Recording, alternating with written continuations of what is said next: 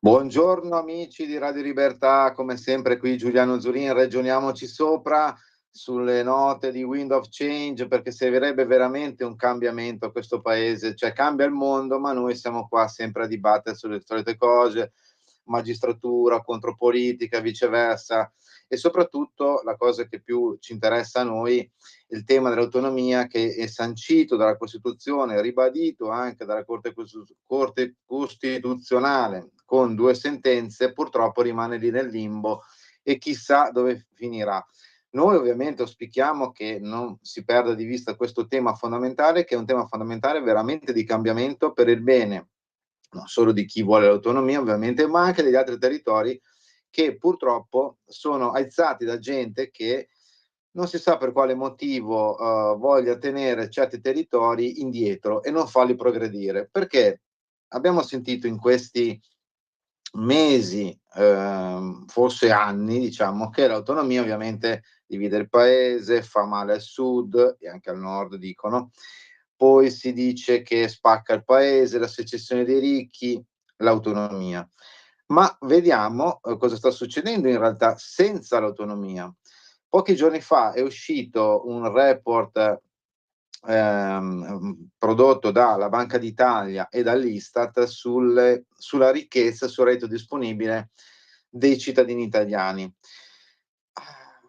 Leggiamo perché non vogliamo certamente sbagliare e quindi di fatto l'Istat dice che il reddito disponibile pro capite delle famiglie è cresciuto nel 2023 del 4,9 a fronte di un aumento dei prezzi del 5,7. Purtroppo però ci sono delle differenze perché se al nord-ovest, per esempio, i redditi pro capite a prezzi correnti chiaramente sono cresciuti del 5,7 in linea con l'inflazione, quindi in teoria non si è perso tanto potere d'acquisto.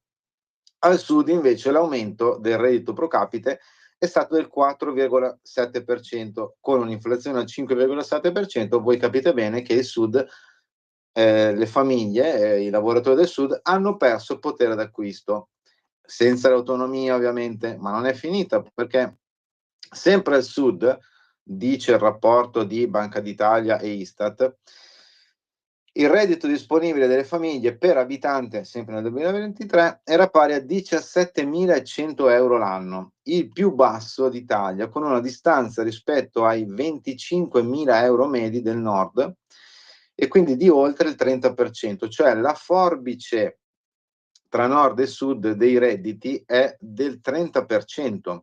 Nel mezzogiorno il PIL in volume cresce, in realtà il PIL è cresciuto più del nord, ma il problema qual è? Che è rimasta questa, cioè in termini percentuali è aumentato, no? Più al sud che al nord, 2,6 contro 1,9, però il problema è che il PIL pro capite del sud è inferiore a 24.000, poco più della metà di 24.000 euro, scusate, cioè poco più della metà degli oltre 44.000 registrati al nord-ovest. Cioè, voi capite bene che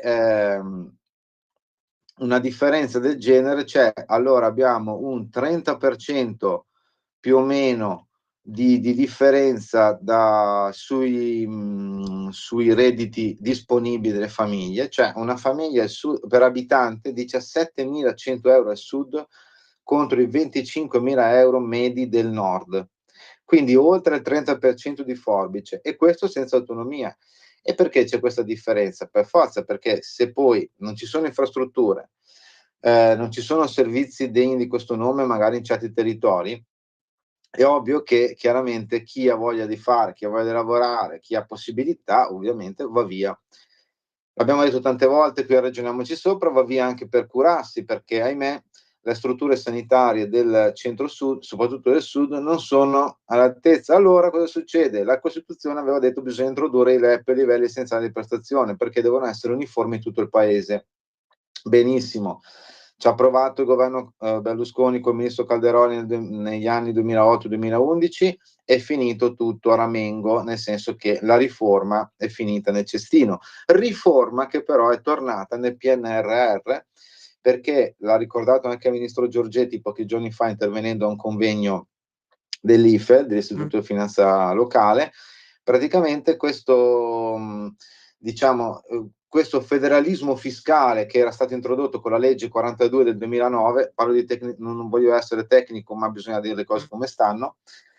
In poche parole diceva serve federalismo fiscale e bisogna attuarlo entro il primo semestre del 2026 ed è scritto nel PNRR approvato dall'Unione Europea su proposta prima del governo Conte 2, quindi sostenuto da una maggioranza di M5S e PD, e poi dal governo Draghi sostenuto praticamente da tutti i partiti tranne Fratelli d'Italia, quindi compreso anche PD e M5S.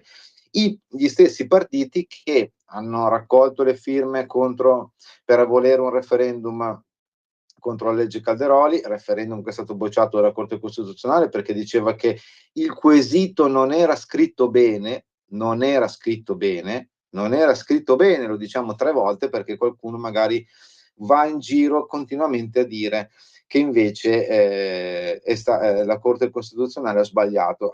Non è che ha sbagliato la Corte Costituzionale, hanno sbagliato forse quelli che hanno scritto il quesito. Ma di questo ne abbiamo già parlato, ovviamente. Noi invece andiamo avanti per dire che senza autonomia, l'abbiamo appena detto, il PIL pro capite del Mezzogiorno è lontanissimo rispetto al nord, 30%, e anche il reddito, idem. Quindi alla fine abbiamo senza autonomia un paese diviso in due, non con l'autonomia. Cioè, avessimo l'autonomia, ci potrebbe essere anche, come ha scritto la Corte Costituzionale quando, in base ai ricorsi presentati da 4 regioni, ovvero Campania, Toscana, Puglia e Sardegna, si voleva definire incostituzionale la legge Calderoli, invece la Corte Costituzionale ha detto non è che sia incostituzionale la legge, bisogna solo modificare alcuni pezzi, no? Ma di questo ne parleremo dopo perché c'è anche una mini kick che, attenzione, bisogna stare all'occhio anche su questo. Dicevo appunto che la Corte Costituzionale in quella sentenza di fatto stabiliva che bisognava introdurre dei livelli essenziali di prestazione perché sono quelli alla base di tutto, no? Perché per esempio un altro tema di cui si parla spesso è quello della scuola, no? Allora, pochi giorni fa la Fondazione Articolo 49 ha presentato alla Camera uno studio sull'abbandono scolastico.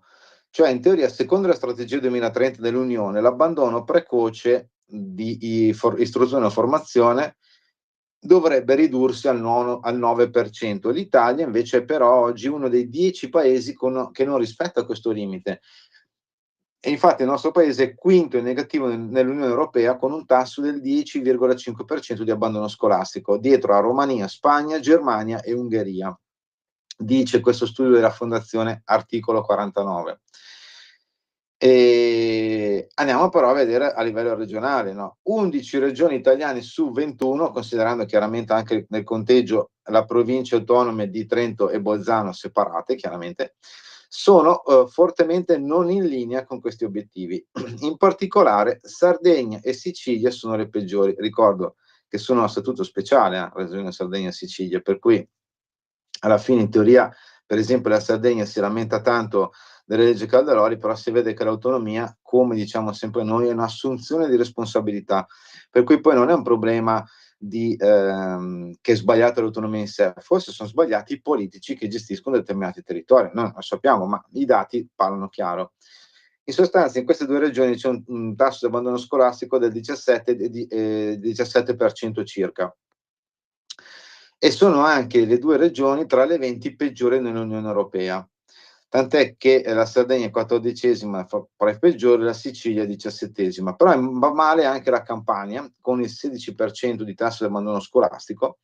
Invece tra le regioni migliori ci sono quelle del centro Italia, per dire, cioè quando si dice sempre il nord e il sud. Per fare un esempio, l'Umbria ha una performance del 5,6%, seguita dal 6,1% di Lazio e Marche. Questo, allora lo diciamo, lo ribadiamo, no? Ci dicono sempre che con l'autonomia si sfascia il paese, si distrugge tutto, va tutto a ramengo. In realtà senza autonomia abbiamo PIL pro capite del sud che è lontano, diciamo, di 20.000 euro, forse anzi 25.000 euro rispetto al nord-ovest, per esempio. 17.000, poi abbiamo un reddito, se mi pare 24.000 contro 44.000. Il reddito invece pro capite siamo a 17.000 al sud e 24.000, 25.000 euro nel resto del centro-nord, quindi una differenza di oltre il 30%. Le disparità ci sono adesso, senza l'autonomia, e le disparità si vedono anche, ne abbiamo appena detto, in questa classifica della Fondazione Articolo 49, dove emerge che il tasso di abbandono scolastico è molto alto, soprattutto nelle regioni del sud.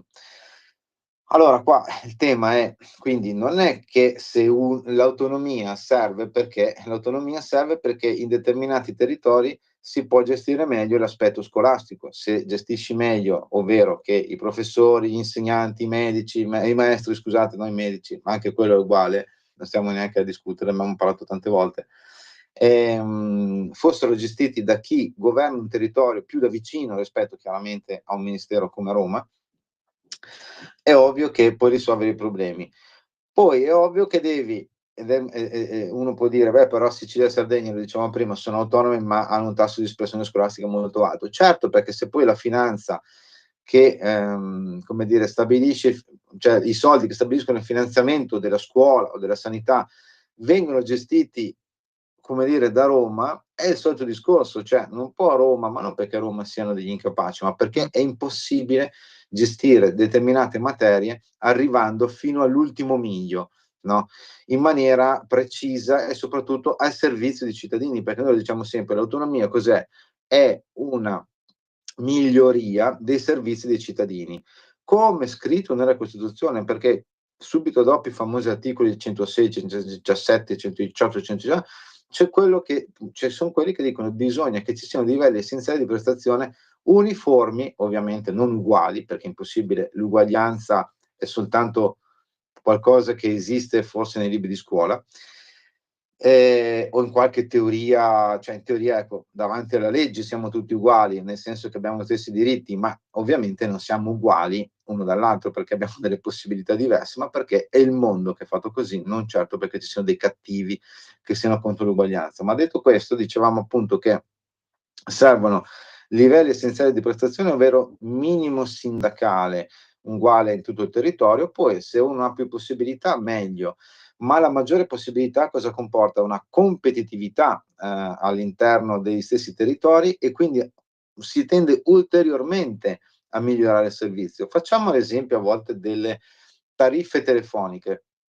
Abbiamo tanti operatori nelle tariffe telefoniche e devo dire che rispetto a 20 anni fa, 30 anni fa, paghiamo molto meno il telefono, anzi praticamente ormai il telefono è una spesa irrisoria. 25 anni fa, quando ci fu il boom dei cellulari, le tariffe erano ben care. Tanti di noi magari si ricorderanno che si telefonava dopo le 22 perché si spendeva 195 lire all'epoca al minuto, mentre se telefonavi durante tipo adesso spendevi 1950 lire, cioè praticamente 1 euro al minuto. Questo per dire che quando hai una trasparenza, una riforma trasparente, una divisione dei compiti netta, una divisione anche delle risorse netta, cioè tu hai questo, puoi fare questo, se non hai quei soldi devi, non dico arrangiarti perché ovviamente che c'è un fondo di perequazione comune, però non è che ogni anno ridiscutiamo tutto perché le regole devono essere fissate e pronti via, e infatti devo dire che la Corte Costituzionale quando dice che bisogna fissare i LEP in Parlamento, come abbiamo sempre detto qui a Ragioniamoci Sopra, non è che fa un torto all'autonomia, ma fa un mega favore all'autonomia, perché non sarà più un provvedimento basato sulla bontà di un governo nei confronti di un territorio piuttosto che di un altro, ma sarà basato su dei pilastri che non dovranno essere scalfiti, non potranno essere buttati giù con uno starnuto, con un cambio di governo. Ma adesso prima vi dicevo che c'è, adesso l'abbiamo visto, cioè sul tema per esempio dell'immigrazione, abbiamo visto in questi giorni cosa sta succedendo, no?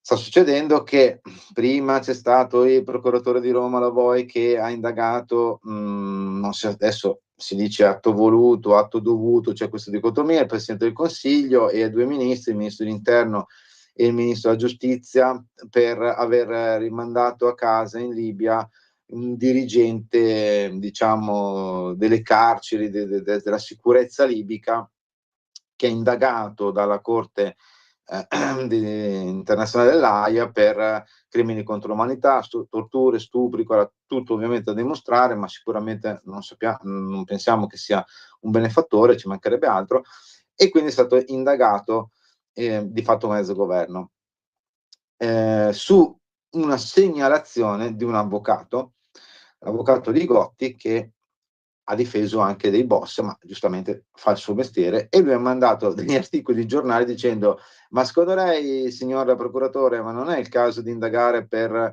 peculato, favoreggiamento, signor Presidente Meloni e 2 ministri? Detto fatto, indagati.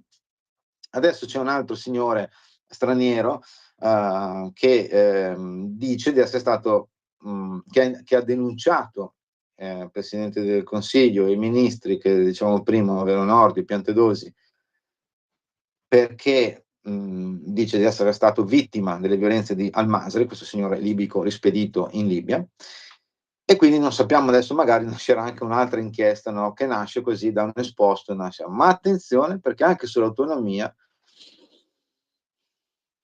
sento puzza di magistratura, e sento puzza magari di qualcosa che potrebbe succedere. Perché? Perché il 29 gennaio signora Rossella Solombrino, che è segretario del Movimento Equità Territoriale, ha esordito così. Allora, sì, faccio una premessa.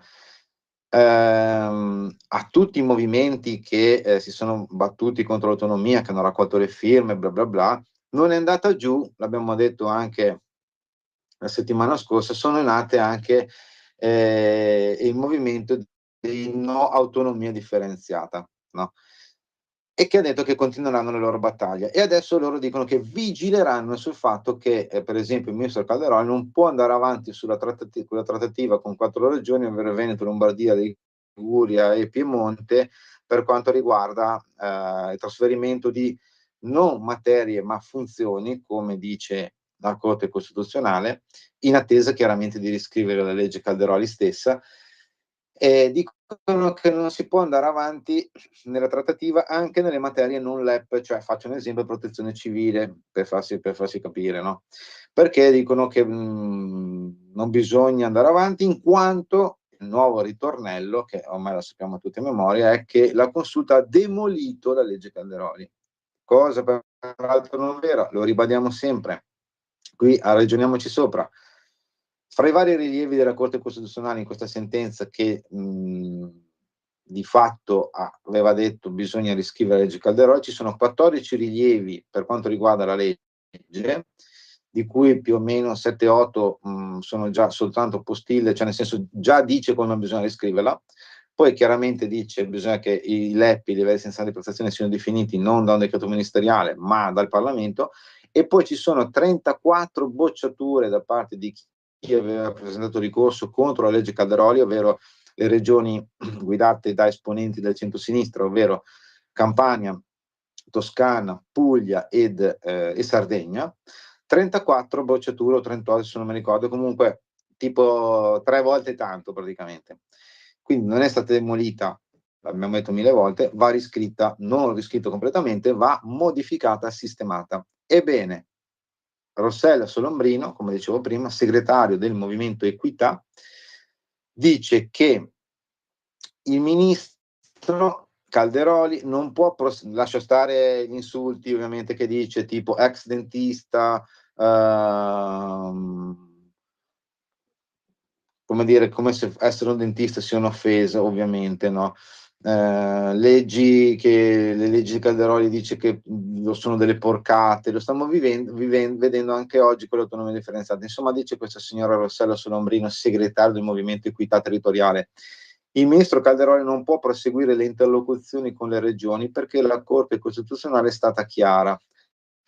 La sua legge è da cestinare. Se Calderoli dovesse ignorare questa sentenza, siamo pronti a denunciarlo, amici. Ed eccoci qua, siamo pronti a denunciarlo. Tant'è che il titolo dell'agenzia diciamo, è autonomia, MET, cioè Movimento Equità Territoriale, 2 punti, pronti a denunciare il ministro Calderoli. E quindi bisogna stare attenti, a queste robe qua, perché visto che capita che per un esposto basato su articoli di giornale di poche righe, senza magari tante spiegazioni, un Presidente del Consiglio e 2 ministri finiscono indagati, chi lo sa, perché poi, diciamo, no, a questi signori qua del movimento no autonomia differenziata, perché è un movimento largo che comprende dai partiti, anche se sono stati sonoramente bocciati dalla Corte Costituzionale, nel senso che hanno detto che non si può fare il referendum, cioè questi signori qua non si danno per vinto, no? Cioè la legge loro la rispettano ovviamente solo quando conviene a loro, questo lo sappiamo ormai da decenni, e invece di lasciar lavorare il ministro e il Parlamento, chiaramente in tutte le sue componenti, maggioranza, opposizione, cioè per fare una legge che sia costituzionale e attuativa della Costituzione, perché poi, diciamola tutta, i no autonomia differenziata, allora gli sta sui maroni il fatto che l'autonomia sia presente nella Costituzione. Sta sui maroni che gli italiani hanno detto sì con un referendum confermativo a questa cosa qua, giusto? E loro non gli va giù questa roba qua, loro non gli va giù, loro dicono che la carta è fondamentale, la Costituzione è bella solo in base ad alcuni articoli. E invece, o l'abbiamo detto 100.000 volte qui a Ragioniamoci Sopra, o la Costituzione è bella tutta, o non è bella per niente, non è che piace quello che piace. Ma soprattutto, e vengo a chiudere, no, questi vogliono denunciare Calderoli perché poi dicono, ecco, ricordo questa frase qua che lei dice, questa signora Solombrino, dice che secondo lei la Corte Costituzionale ha detto che la legge Calderoli è da cestinare. È così? Perché noi siamo andati a vedere che c'è stato chiamate a leggere un resoconto di un dibattito che c'è stato alla Fondazione Circolo Rosselli, presieduta da Valdo Spini. Rosselli non era certamente uno di destra, ovviamente. I fratelli Rosselli non erano certamente una persone di destra, anzi. Valdo Spini, che è stato anche, mi pare, ministro, comunque noto esponente di un certo monto laburista, quindi non certo di destra. Insomma, c'è tenuto un dibattito sul tema dell'autonomia dopo le varie sentenze delle consulte, e quindi è venuto fuori, per esempio, Marcello Cecchetti, ordinario di diritto costituzionale presso l'Università di Sassari, dice che la sentenza della Corte ha fatto esattamente ciò che auspicavamo, cioè vale a dire ascoltare, studiare, ricevere i pareri e le opinioni di vari attori, infine ricucire un ordito costituzionale che rischiava di essere lacerato. E vabbè. Poi dice che, in poche parole, il vero tema è eccolo qua, Cecchetti dice questo, no? Che la sentenza della Corte ha chiarito che l'autonomia è una riforma costituzionalmente legittima che si iscrive nell'ambito dei principi supremi dell'ordinamento vigente. Cecchetti ricorda quindi che è tematica insita nel sistema costituzionale. E dice: le autonomie locali, che accanto al principio dell'unità e indivisibilità della Repubblica, pone l'impegno a riconoscere anche e promuovere, in base all'articolo 5, le autonomie locali, attua nei servizi che dipendono dallo Stato il più ampio decentramento amministrativo, adegua i principi e i metodi della sua legislazione alle esigenze dell'autonomia e del decentramento, dice il professor Cecchetti durante un dibattito alla Fondazione Rosselli, fondazione presieduta da Valdo Spini. In altre parole, la consulta sottolinea un impegno costituzionale preso dai padri fondatori, che è dentro le norme stesse del sistema. Un sistema, dunque, secondo quanto spiega Cecchetti, che all'interno della forma di autonomia paritaria, nel senso che riconosce le stesse forme di autonomia a tutte le regioni ordinarie, è solo uno step importante che prevede anche forme di autonomia ad hoc per ogni regione, meccanismo che ben rappresenta il plus proprio dell'autonomia differenziata, ovviamente con un limite ontologico quello di non poter impingere sull'unità e indivisibilità della Repubblica. Cioè questo qua, il professor Cecchetti, mi sembra che insomma abbia detto che l'autonomia va fatta senza se e senza ma, ed è scritto pure nella Costituzione a caratteri cubitali. Lo traduco perché abbiamo letto ovviamente passaggi di un linguaggio chiaramente da professore universitario. Poi dice che il professore continua, dice certo, come dire, molto difficile da realizzare chiaramente l'articolo 118, il principio di sussidiarietà, sicuramente complica i meccanismi istituzionali, impone responsabilità maggiori non solo da parte del differenziato, cioè da chi, ma anche di chi deve salvaguardare l'unità e l'indivisibilità della Repubblica. E poi va avanti e poi però dice Cecchetti, la Corte dice anche altre cose, ovvero che il regionalismo si può e, secondo quanto espresso in precedenza, si deve fare previa la realizzazione di alcuni pilastri del regionalismo ordinario che ancora non sono stati realizzati, tipo l'EP, qualora si parli di funzioni prestazionali. Quindi significa, d'altra parte, che tutte le funzioni che non hanno a che fare con l'EP sono già conferibili. Cioè, ragazzi, alla Fondazione Rosselli, presieduta da Valdo Spini, hanno fatto un assist all'autonomia e al ministro Calderoli in proporzioni bibliche. Dovete leggere, andate su internet, trovate tutto.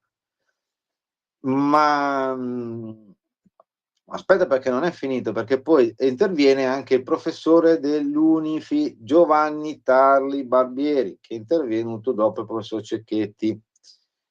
Cioè il nostro paese ha visto un dibattito schizofrenico negli ultimi 20 anni, si è passati dall'evocare una mitica trasformazione federalista del nostro paese a una legge costituzionale che ha iniziato la valorizzazione delle regioni, lasciandola poi su un binario morto. Quindi lui dice che bisogna proseguire. Tant'è che poi lamenta chi è che ha posto con forza a livello politico la questione dell'attuazione del 118 articolo con una grande questione nazionale? Nessuno. Ma andiamo ai LEP, si configura un grande tema al di là dell'autonomia differenziata, si pone come una criticità da risolvere a carattere costituzionale. Ma poi dopo andiamo avanti, vediamo che c'era una cosa, eccolo qua. Un'altra cosa e poi chiudiamo. Stefano Grassi, professore, sempre terzo costituzionalista intervenuto al tavolo della Fondazione Rosselli. Dice questo. Ricorda che il percorso delle regioni, dopo l'intuizione molto forte dei padri costituenti che produsse l'articolo 5, vennero costituite non immediatamente ma solo negli anni 70. L'intuizione rappresentata nell'articolo 5, quello dell'uguaglianza, rimase in nuce fino alla riforma del 2001, che in questo senso riprese dei principi. Ed eccoci. Voglio ricordare che l'articolo 5 venne scritto da Lapira, Giorgio Lapira, sindaco di Firenze della Democrazia Cristiana, secondo l'idea della piramide rovesciata, con le regioni che fungono da intermediari, e il principio di sussidiarietà è contenuto nell'ODG Dossetti, una sorta di rivoluzione dal basso che non fu mai attuata. Così ci troviamo di fronte a una Costituzione che enuncia alcuni principi e una giurisprudenza costituzionale che dice come dovrebbe essere il regionalismo. Quindi ragazzi, c'è poco da dire. Qua stiamo parlando di professori, eminenti professori che dicono che la riforma del titolo quinto e l'autonomia differenziata va fatta subito, senza ma e senza se, ovviamente seguendo tutti i parametri e i limiti e il percorso seguito imposto dalla Corte Costituzionale. Ma non è stata demolita quindi la legge Calderoli, anzi tutt'altro, e questo è stato detto alla Fondazione Rosselli, e chiudiamola qui. Quindi, come sempre, buona settimana da Giuliano Zulin, ragioniamoci sopra, ci sentiamo, ci vediamo la settimana prossima e mi raccomando, buona autonomia a tutti. Ciao ciao.